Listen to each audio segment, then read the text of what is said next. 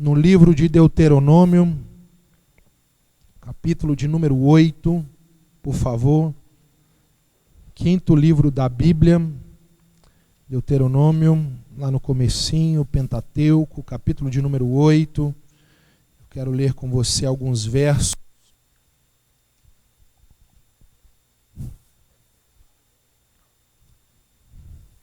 Deuteronômio, capítulo 8, nós iremos ler do verso 1 ao 6. Eu quero dizer a você, obviamente o meu objetivo aqui é pregar ao seu coração, mas meu propósito, na forma de conduzir aqui essa noite essa palavra, é contar para você uma história conhecida, ou para aqueles que não a conhecem, serão apresentados a essa história e ao final fazer uma aplicação para as nossas vidas. Então preste bastante atenção, você que ama a Deus, eu tenho certeza que você ama as histórias bíblicas, e eu quero discorrer por uma delas aqui nessa noite. Deuteronômio, capítulo 8, a partir do verso 1, nós iremos até o verso 6, depois mais 3 versos saltados, e depois iremos para um outro livro. Preste bastante atenção. Diz assim: tereis muito cuidado em cumprir todos os mandamentos que hoje vos ordeno, para que vivais e vos multipliqueis, e tomeis posse da terra que o Senhor com juramento prometeu a vossos pais. E te lembrarás de todo o caminho pelo qual o Senhor, o teu Deus, te guiou no deserto, esses 40 anos, para te humilhar e te provar, para saber o que estava no seu coração, se guardarias ou não os seus mandamentos. Ele te afligiu e te deixou ter fome, depois te sustentou com o maná que não conhecia, e que os teus pais também não conheceram, para te dar a entender que nem só de pão vive o homem, mas de tudo o que sai da boca do Senhor. Nunca se envelheceu a sua veste, nem se inchou o teu pé esses 40 anos. Reconhece, portanto, em teu coração, que como um homem castiga seu filho, assim te castiga o Senhor teu Deus. Guarda os mandamentos do Senhor, o teu Deus, para andares nos seus caminhos e o temeres. Verso 11. Guarda-te de não te esqueceres do Senhor, o teu Deus, não cumprindo os seus mandamentos, os seus juízos e os seus estatutos que hoje te ordeno. Verso 19. Se, porém, te esqueceres do Senhor, o teu Deus, e andares após outros deuses, servindo-os e adorando-os, protesto hoje contra vós, que certamente sereis destruídos. Como as nações que o Senhor destruiu de diante de vós, assim sereis destruídos, pois não quisestes obedecer à voz do Senhor, o vosso Deus. Lá na frente, ainda no Antigo Testamento, livro do profeta Oséias, por favor. Livro do profeta Oséias, você vai passar os Salmos, Provérbios, vai chegar nos profetas, passar Isaías, passar Jeremias, passar Ezequiel, você vai chegar, passar Daniel e vai chegar aí no profeta Oséias. Nós iremos ler capítulo 2, só 2 versos, e em seguida a gente começa a pregar. Oséias, capítulo 2, nós iremos ler o verso de número 6 e depois o verso de número 14. Oséias, capítulo 2, verso 6, diz assim: portanto, cercarei o caminho dela com espinhos, levantarei um muro contra ela, para que não ache o caminho. Verso de número 14, diz assim: portanto eu a atrairei e a levarei para o deserto, e lá eu lhe falarei ao coração. Amém? Feche seus olhos, em nome do Senhor. Deus, em nome de Jesus, é a tua palavra que lemos, e nós cremos que ela é verdade para mudar o nosso coração. Acabamos de ler que nem só de pão vive o homem, mas de toda a palavra que procede da tua boca. Portanto, Senhor, fale conosco aqui nessa noite. Faça com que essa história bíblica ela possa encontrar lugar nos nossos corações e nos fazer perceber, Deus, aquilo que o Senhor tem para nós. Eu entrego a vida dos meus irmãos e irmãs nas tuas mãos, pedindo ao Senhor que nada os distraia, que a mente deles não seja assaltada, que eles estejam conosco aqui, Deus, ó Pai, durante todo o tempo da exposição da palavra. Que o Senhor me dê graça para pregar com clareza, com lucidez. É o que eu oro em nome de Jesus, amém. Pode se assentar, dê um aplauso ao Senhor. Hoje bem menos. Como lemos um texto grande, normalmente eu falo que temos apenas meia hora, hoje é só 25 minutos.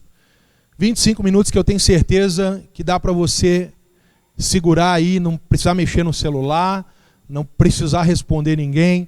25 minutos apenas para que você possa ouvir o que Deus tem para falar ao seu coração. Meus queridos, eu quero falar a vocês hoje sobre este tema: quando o deserto é necessário. Se você de fato prestou atenção nos textos que lemos, você já entendeu o que eu quero falar a você aqui nessa noite. Mas eu quero discorrer por isso, para ao final aplicar isso ao seu coração.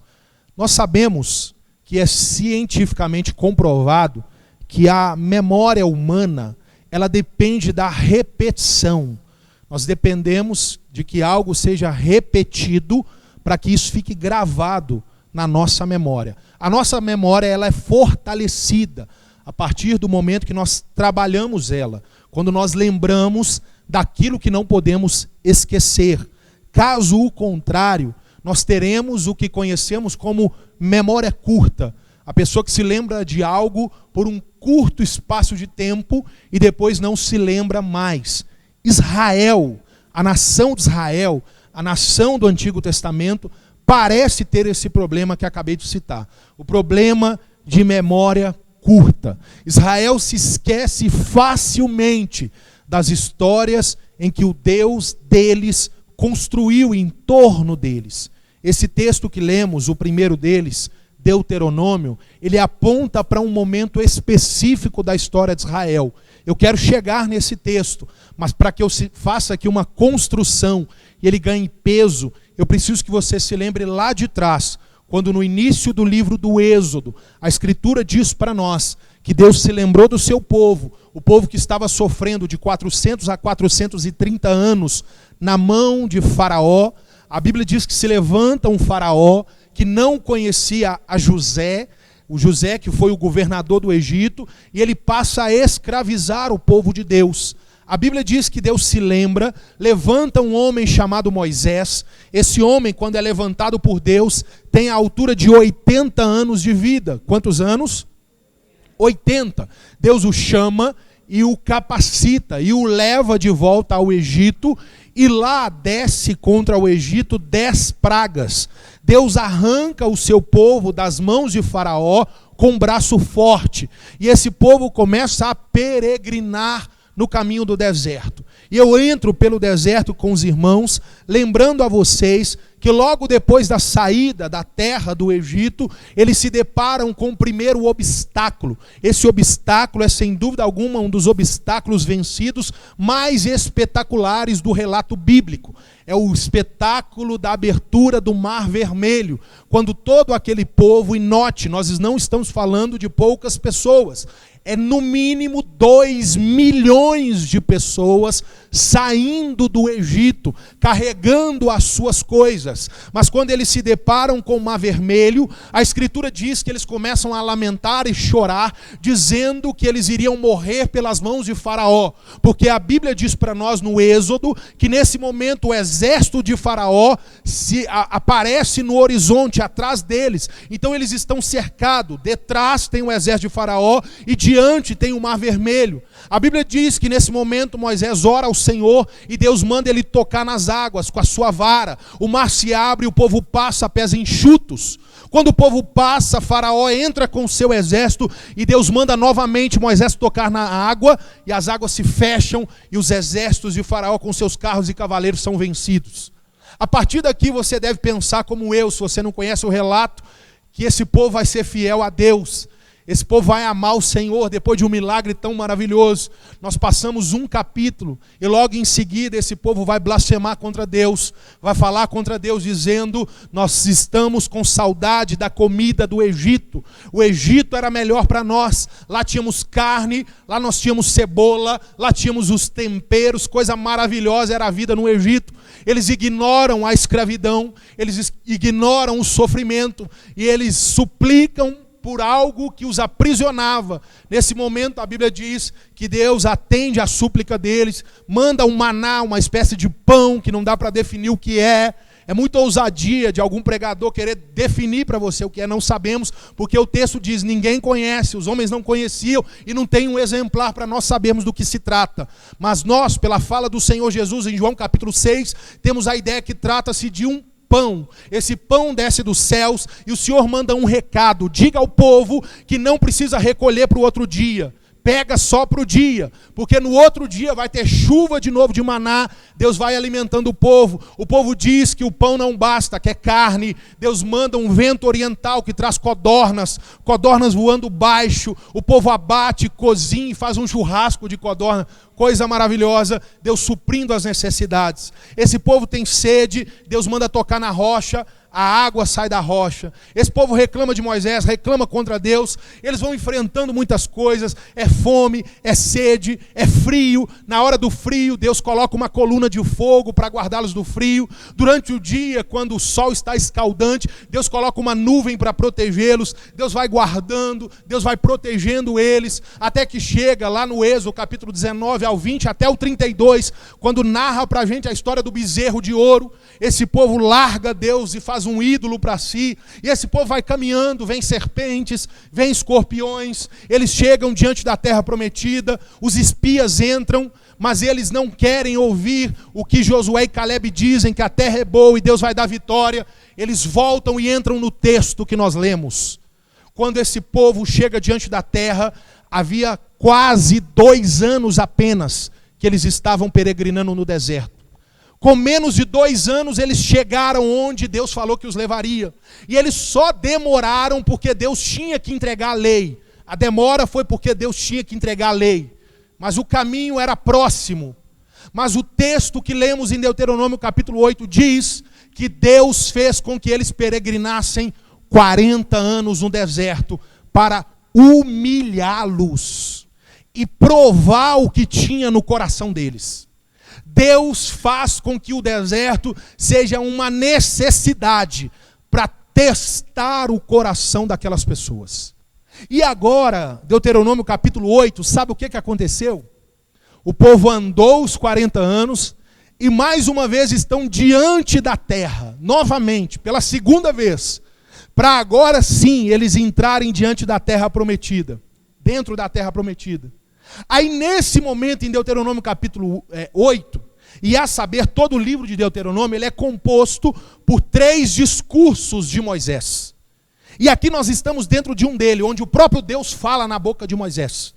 Deus vem dizer ao povo, na porta da terra prometida, dizendo: eu trouxe vocês até aqui. Fui eu que trouxe vocês até aqui. Eu tirei vocês da escravidão do Egito. Eu guardei vocês, a ponto de que as roupas de vocês não envelheciam. Os pés de vocês não inchavam. Não precisava trocar calçado. 40 anos Deus preservou integralmente esse povo no deserto. E aí Deus está dizendo: eu fiz isso para vocês chegarem aonde nós estamos agora, para entrar na terra.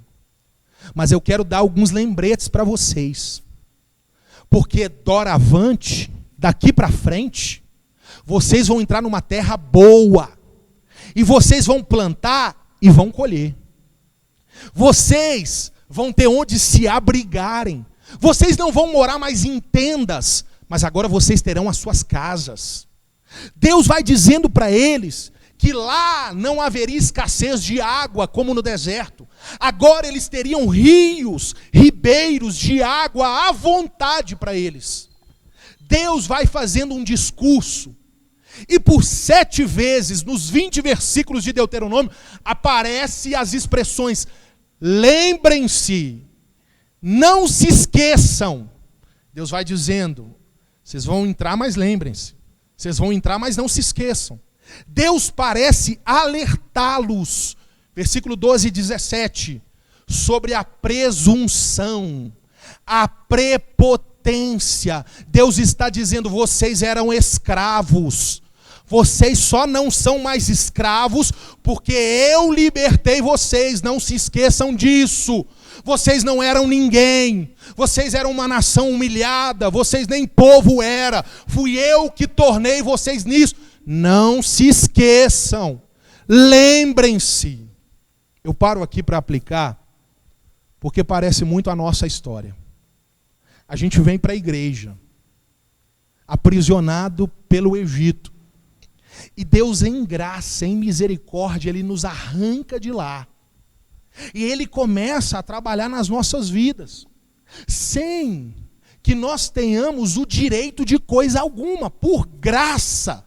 Ele começa a transformar a nossa vida, a nossa família, a nossa mente, o nosso coração.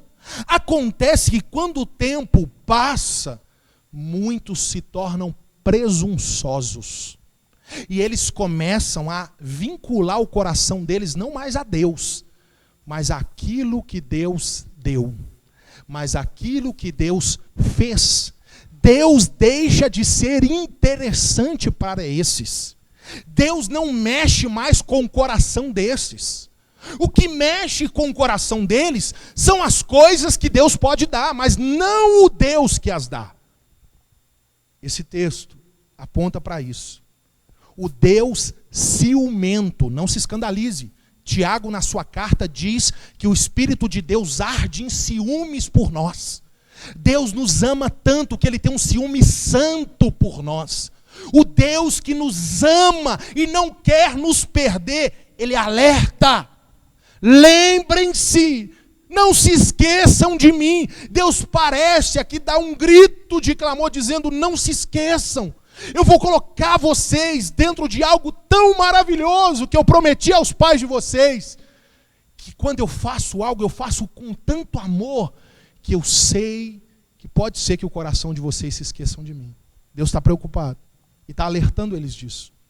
Esse povo, ele vai entrar na terra, mas nada melhor do que o tempo. Eu sempre digo isso nesse púlpito. O tempo é algo revelador. O tempo revela se a nossa fé está alicerçada no Deus que dizemos amar, ou se a nossa fé está alicerçada nas coisas que o Deus que dizemos amar dá. O tempo revela muito onde a nossa fé está alicerçada. O tempo, de fato, é uma grande peneira para peneirar os corações aqui nessa noite. O tempo é revelador. Eu não me empolgo. Eu já tenho uns quase 2 décadas de crente, e eu já não sou mais desses que se empolga quando vê alguém muito emocionado com Jesus. O que interessa é o resultado final. O que interessa é se esse amor e esse coração vai continuar ardendo ao longo dos anos. A vida cristã, ela é uma maratona. Ela não é uma corrida de curta distância. Você não dispara e chega e recebe a medalha. Não. Ela é uma maratona longa, de dias difíceis, de dias bons, de dias que você chora, de dias que você tem perguntas, de dias que você tem questionamento. Essa é a vida cristã. E isso só vem com o tempo. Tempo. Vamos dar um tempo? Vamos esperar para ver o que vai dar? Ah, pastor, eu quero trabalhar, eu estou com muita vontade de trabalhar. Vamos esperar um pouquinho? Para ver se até a semana que vem seu coração ainda continua ardendo, para ver se ainda está assim. O apóstolo Paulo esperou 14 anos para ser lembrado, para começar a fazer a viagem missionária. Davi, ele depois de ser ungido a rei, ele passou 15 anos até sentar no trono. E nós vivemos uma geração que imediatamente quer que as coisas acontecem. Deus não é assim. Deus é um Deus de processos. E o processo acontece com essa nação. Meus queridos irmãos, 750 anos se passam, aproximadamente. Aí nós chegamos no segundo texto que lemos, profeta Oséias. O cenário do profeta Oséias é o seguinte: Preste atenção para fazer sentido. Ele está profetizando num reino dividido. Reino do norte. O rei, que foi o último do reino do norte, também se chama Oséias. É o Oséias profetizando para o Oséias, né? O Oséias falando para o Oséias. O rei Oséias é ímpio. O rei Oséias não quer saber de Deus. E o profeta Oséias se levanta para falar. Só que o cenário do reino é que eu lhe chamo a atenção. Sabe qual que é? É o cenário do que Deus falou lá atrás. É um cenário de fartura, de abundância, de prosperidade, de riqueza. O profeta Oséias chega a afirmar que as camas da liderança do reino do norte era de marfim. Os perfumes vinham do Líbano, os melhores do mundo antigo. Os vinhos que eles bebiam eram os melhores. Os cultos, as ofertas, os sacrifícios, era uma coisa suntuosa, maravilhosa, grandiosa. Quem olhava para Israel naquele tempo diria: Deus é com eles. Olha a riqueza deles. Olha como eles estão ricos. Olha como eles são prósperos. Porque esse é o olhar de hoje. As pessoas insistem, eu já falei isso aqui, em acreditar que prosperidade financeira tem a ver com a aprovação de Deus. E não tem. Não tem. Às vezes, por um propósito, Deus pode fazê-lo, mas muitas vezes não tem a ver. A pessoa pode estar sendo próspera, e Deus não está ali. Deus simplesmente está permitindo que ela vai, porque a prosperidade é exatamente o que o afasta de Deus. É isso que está acontecendo nesse cenário. O povo está tão rico, o povo está tão cheio das coisas, que eles não precisam mais de Deus. Deus, poxa vida, Ele me trouxe até aqui, eu dei tchau para Ele, entrei na terra e eu estou feliz na terra.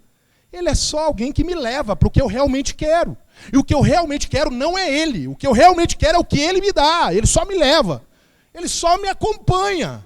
Mas Ele não é a minha companhia. Ele não é quem eu desejo de fato. Ele não é o fim do meu culto. Ele é o meio. Ele é o mecanismo. Ele é o instrumento. Eu uso Deus, depois eu guardo Deus e vou desfrutar do que eu quero. Deus é alguém para mim que não faz parte do meu dia. É alguém que eu acesso e depois eu descarto. Esse povo é assim. Aí sabe o que Deus faz? Deus levanta o profeta Oséias, para que eu encerre. E o profeta Oséias, no capítulo 2, versículo 6, ele declara o seguinte: avisa o meu povo. E ele chama de ela. Ela é uma ilustração com relação a uma esposa. Porque Deus é o marido e a nação é a esposa. E ele diz assim: fala com ela, que eu vou cercar ela com muros de espinhos, e ela não vai conseguir fugir. Ela vai procurar um caminho, mas ela não vai encontrar. Aí chega no versículo 14, que Deus diz que vai ter só um caminho. Quando ele diz assim: eu a atrairei ao deserto, e lá eu vou falar o coração. Quando a gente não está no deserto, o contrário de deserto é jardim. Quando a gente está no jardim, o jardim é algo belo. Tem muitas flores, tem perfume, tem rosas, tem plantas. Muitas coisas para nos distrair, para chamar a nossa atenção. Muitas coisas para levar embora o nosso coração. Deus sabe disso. E Deus diz assim: para que eles me escutam, só tem um endereço onde eles escutam a minha voz: o deserto. Porque no deserto não tem distração. O deserto, meu irmão, não tem flor.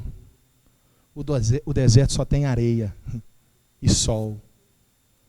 E mais areia e sol. Tudo que você tem no deserto é o Senhor. É o Senhor. O deserto é o lugar que você é obrigado a ouvir a voz de Deus, porque não tem mais nenhuma outra voz lá. O deserto é onde Deus te cerca com espinhos de forma que você não tem como fugir. É por isso que é o mesmo profeta Oséias que registra no seu livro que o meu povo foi destruído porque faltou-lhe conhecimento de Deus. Esse povo chega nessa condição, sabe por quê? Porque eles não conhecem o Deus que servem. A palavra de Deus para eles ficou de lado. Nós vivemos num tempo de pessoas que muitas vezes são levadas ao deserto, sabe por quê? Porque não querem conhecer a Deus. Nós acabamos de cantar, te conhecer e prosseguir em te conhecer. É o profeta Oséias que escreve isso também. Está no livro do profeta Oséias, conhecer e te conhecer. Prosseguir em te conhecer. Está aqui também. É um povo que não quer conhecer a Deus. Só que Deus nos ama tanto que Ele quer se apresentar para nós. E o amor dele é tão grandioso que Ele é capaz de nos levar para o deserto. Só para ter a gente, só para Ele. Você lembra do que Ele disse em Deuteronômio lá atrás, 750 anos antes? Um pai disciplina o filho. Eu, o Senhor, disciplino vocês. Meus irmãos, o tempo em que vivemos, o que nós estamos vivendo, eu sei que tem pessoas que estão sendo provadas, porque precisam do deserto. Mas eu não sou leviano em dizer que todo deserto significa desobediência, não. A Bíblia tem exemplos. Jó passou por um deserto sem merecer. Mas eu sei que o propósito final de todo deserto é um só: nos aproximar de Deus.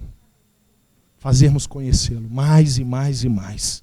Que você, durante esses dias difíceis que estamos vivendo, que você enxergue nisso um grito de Deus ao seu nome, dizendo: eu estou te esperando aqui.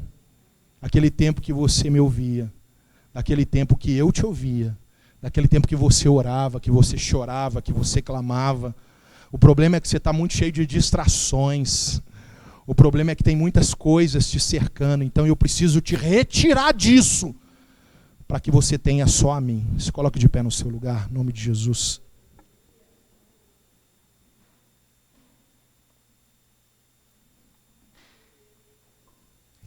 Feche seus olhos. A palavra do Senhor diz que Deus,